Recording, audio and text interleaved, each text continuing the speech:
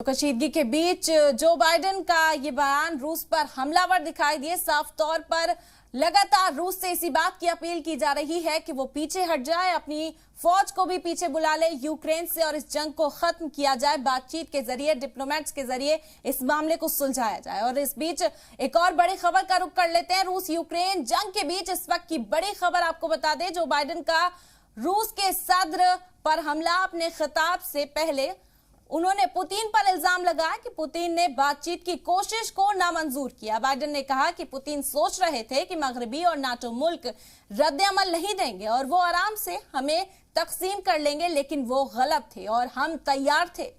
तो बड़ी खबर इस वक्त की आपको बता रहे हैं, रूस और यूक्रेन की जो कशीदगी है, इस बीच जो बाइडेन मुसलसल हमलावर हैं रूस के ऊपर। अपने बयान के जरिए वो हमला करते हुए नजर आए। उन्होंने अपने खिताब से पहले पुतिन पर इल्जाम लगाया। उन्होंने कहा कि पुतिन ने बातचीत की कोशिश ही नहीं की और जब कोशिशें की गई तो उसे मंजूर नहीं किया। बाइडेन ने कहा कि पुतिन सोच रहे थे कि मगरबी ममालिक और नेटो रद्द-ए-अमल का इजहार नहीं करेंगे, अपनी तरफ से कुछ भी जो ख्यालात है आगे नहीं रखेंगे, लेकिन और हमें वो आराम से तकसीम कर लेंगे, लेकिन ऐसा नहीं हुआ। ये साफ तौर पर गलत है। और उन्होंने ये भी बताया कि हम हर तरह के सूरत हाल को झेलने के लिए, उसका सामना करने के लिए तैयार हैं और यहां पर मुत्तहिद हैं, यूक्रेन के साथ खड़े हुए हैं।